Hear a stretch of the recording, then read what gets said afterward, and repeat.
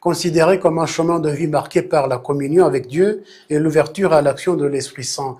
Tel est le message lancé par son éminence Antoine Cardinal Kambanda, archevêque de Kigali, lors de la célébration eucharistique dans la paroisse d'Ondera, dans le cadre du jubilé des 50 ans de l'archidiocèse de Kigali.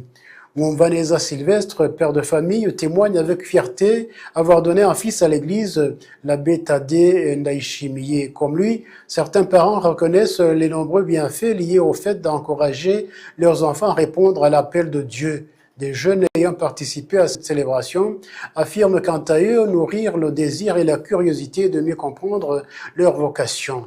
Au cours de la messe, le cardinal Antoine Kambanda a insisté sur la nécessité pour les consacrés et les fidèles laïcs de s'engager pleinement dans leur vocation, tout en se laissant guider par l'Esprit Saint. Célébrer à la paroisse d'Ondera ce jubilé des vocations s'inscrit dans la dynamique des 50 ans de l'archidiocèse de Kigali. En 1976, l'archidiocèse comptait un peu plus de 200 consacrés. 50 ans plus tard, ils sont désormais plus de 1000, dont certains sont en mission à l'étranger.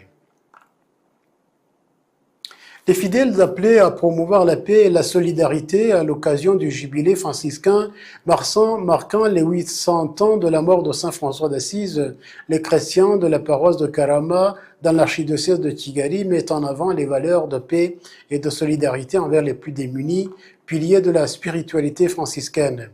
Située dans le quartier communément appelé Norvège, la paroisse de Karama, placée sous le patronage de Saint François d'Assise, a accueilli les célébrations de cet anniversaire. Cet événement commémore la vie et l'héritage du fondateur de l'ordre franciscain, décédé en 1226 à l'âge de 45 ans. Le frère Nsabimana Daikora, secrétaire des frères franciscains au Rwanda et au Burundi, explique que ce jubilé est une occasion de revisiter le témoignage de vie de Saint François, marqué par l'humilité, la simplicité et un engagement profond envers les pauvres et la paix.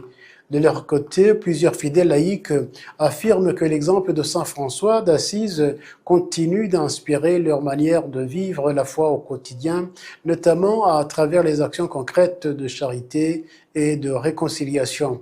Le frère Nsabimana souligne également que dans un contexte mondial marqué par de nombreuses crises, les chrétiens sont appelés à devenir des artisans de paix à l'image de Saint François d'Assise.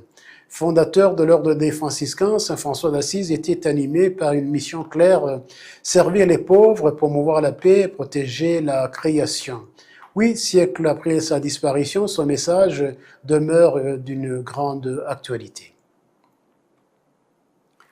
À l'occasion de la 32e